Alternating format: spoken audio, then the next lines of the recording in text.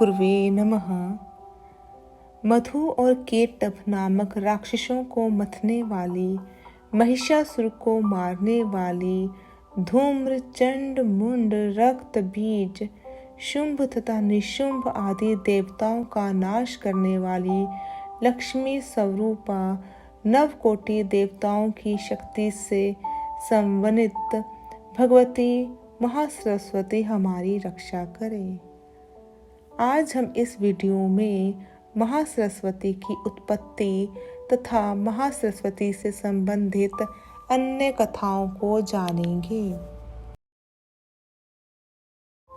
महाकाली, महालक्ष्मी और महासरस्वती, इन तीनों स्वरूपों द्वारा संपूर्ण चराचर जगत की कारणभूत आधा शक्ति परमेश्वरी की अभिव्यक्ति होती है।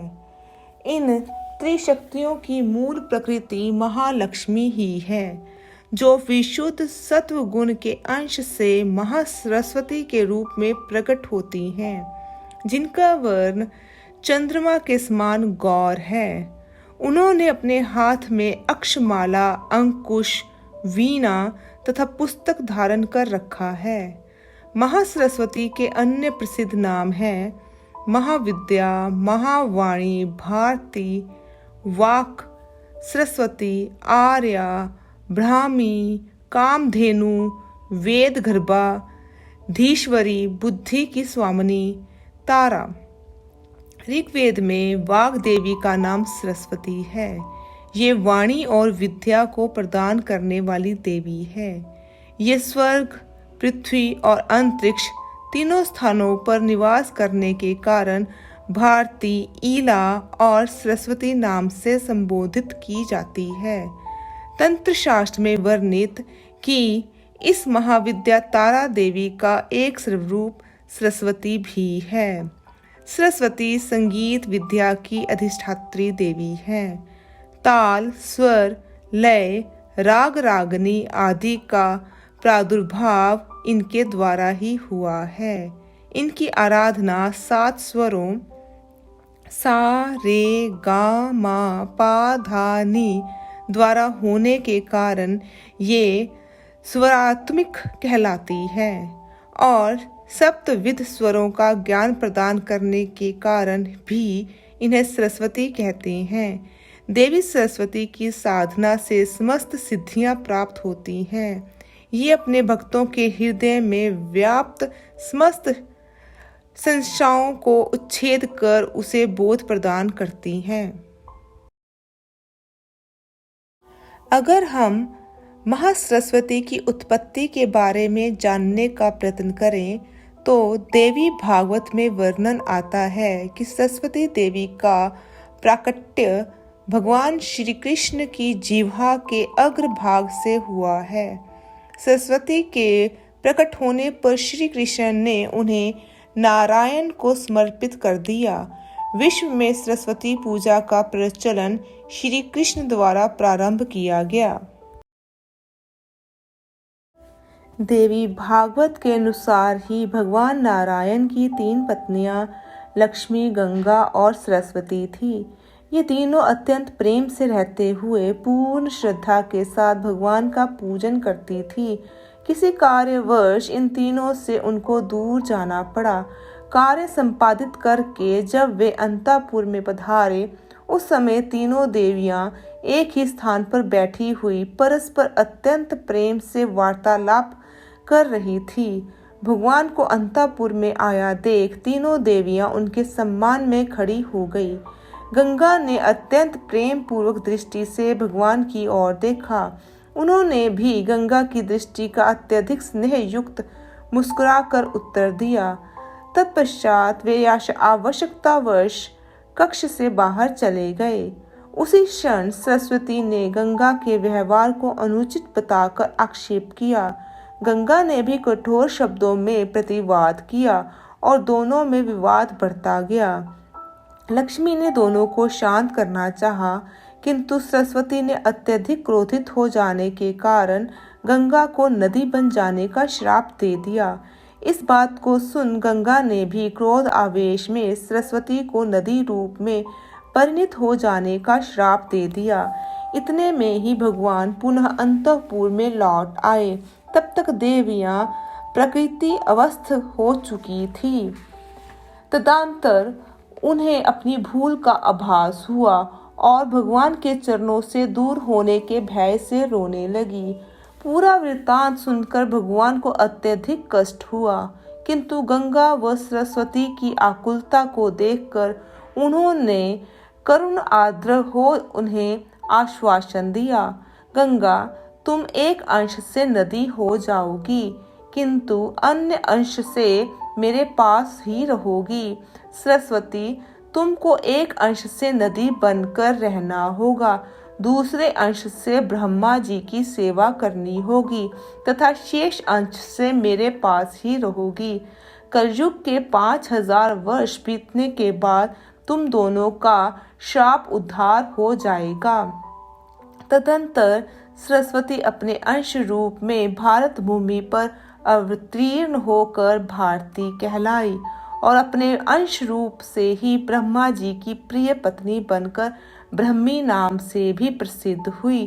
किसी किसी कल्प में सरस्वती ब्रह्मा की कन्या के रूप में भी अवतीर्ण होती हैं और आजीवन कौमार्य व्रत का पालन करते हुए ब्रह्मा की सेवा करती हैं। ब्रह्मा के मन में एक बार विचार आया कि भूलोक पर सभी देवताओं के तीर्थ हैं, केवल मात्र मेरा ही कोई तीर्थ नहीं है। ऐसा सोचकर उन्होंने अपने नाम से एक तीर्थ स्थापित करने का निश्चय किया और एक रत्न रचित शिला को पृथ्वी पर गिराया। यह शिला अजमेर जिला में चमत्कारपुर स्थान के निकट गिरी में गिरी। ब्रह्मा जी ने उसी को अपना तीर्थ स्थान बनाने का मान लिया, जो पुष्कर नाम के साथ बाद में प्रसिद्ध हुआ। तीर्थ स्थापन के पश्चात ब्रह्मा ने वहां पवित्र जल से युक्त एक सरोवर बनाने का निश्चय किया, अतः उन्होंने सरस्वती को आवाहित किया। इसके पूर्व सरस्वती नदी के रूप में परिणित होकर पाप आत्माओं के स्पर्श बचने के लिए छिपकर पाताल में बहती थी। ब्रह्मा द्वारा आवाहन करने पर भूतल और पूर्वोक्त शिलाओं को भेद कर वे प्रकट हुई। उन्होंने उपस्थित देख ब्रह्मा ने कहा, मैं इस पुष्कर तीर्थ में निवास करूंगा, अतः तुम यहीं मेरे समीप रहो, जिससे मैं तुम्हारे जल में तर्पण कर सकूं।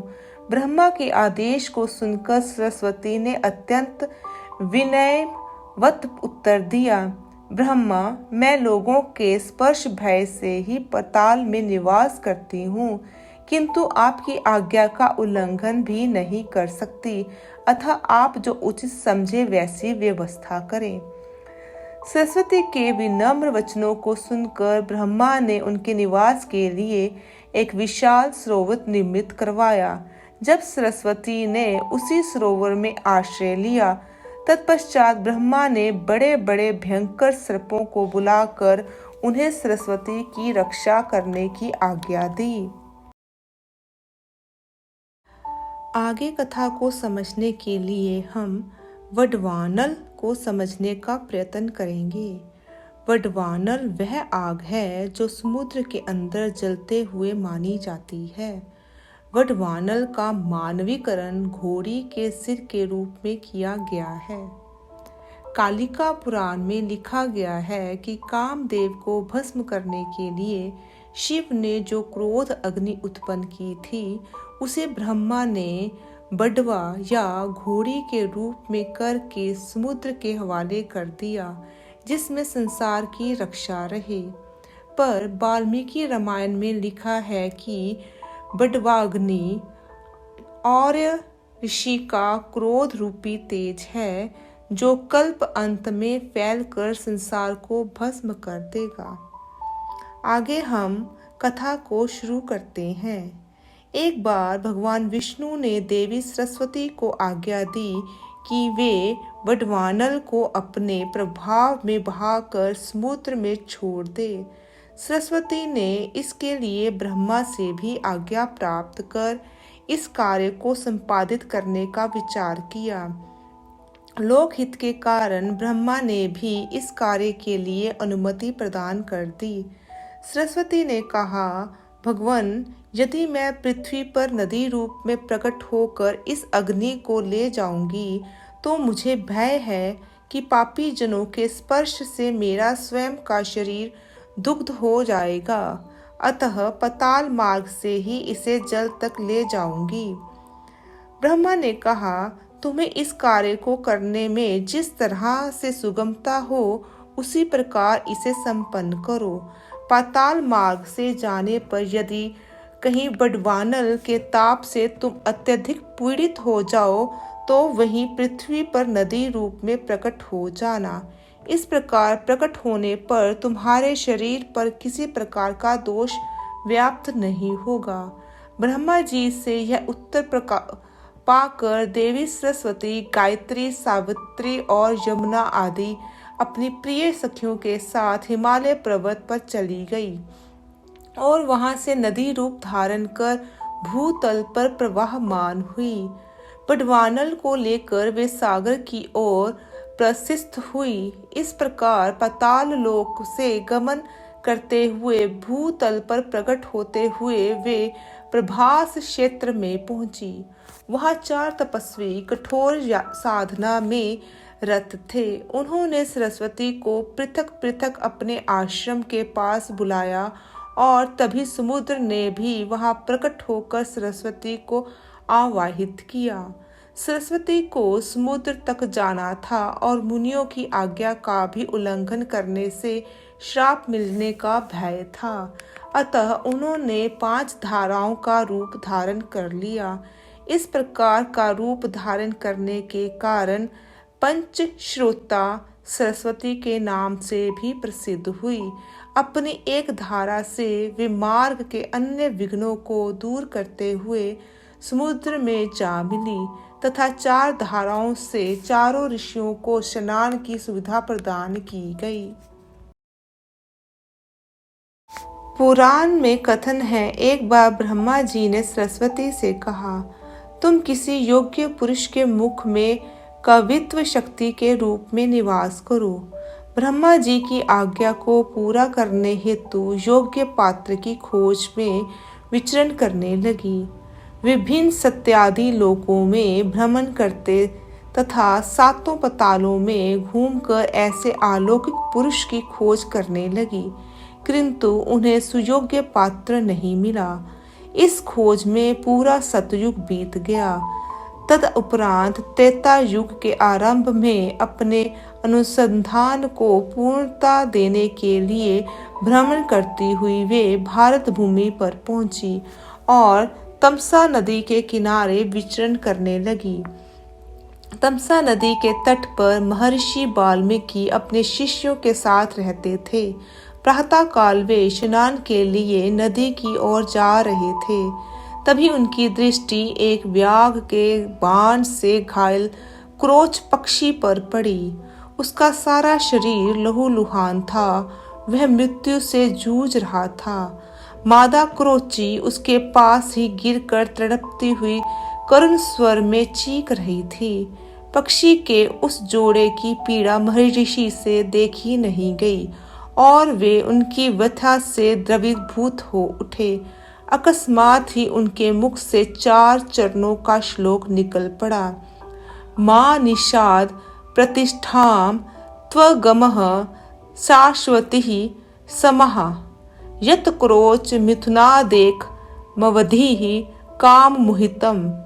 महर्षि वाल्मीकि के मुख से उच्चारित यह श्लोक सरस्वती की कृपा का फल था, क्योंकि महर्षि को देखते ही उन्होंने उनके अंदर छिपी असाधारण प्रतिभा को पहचान लिया था।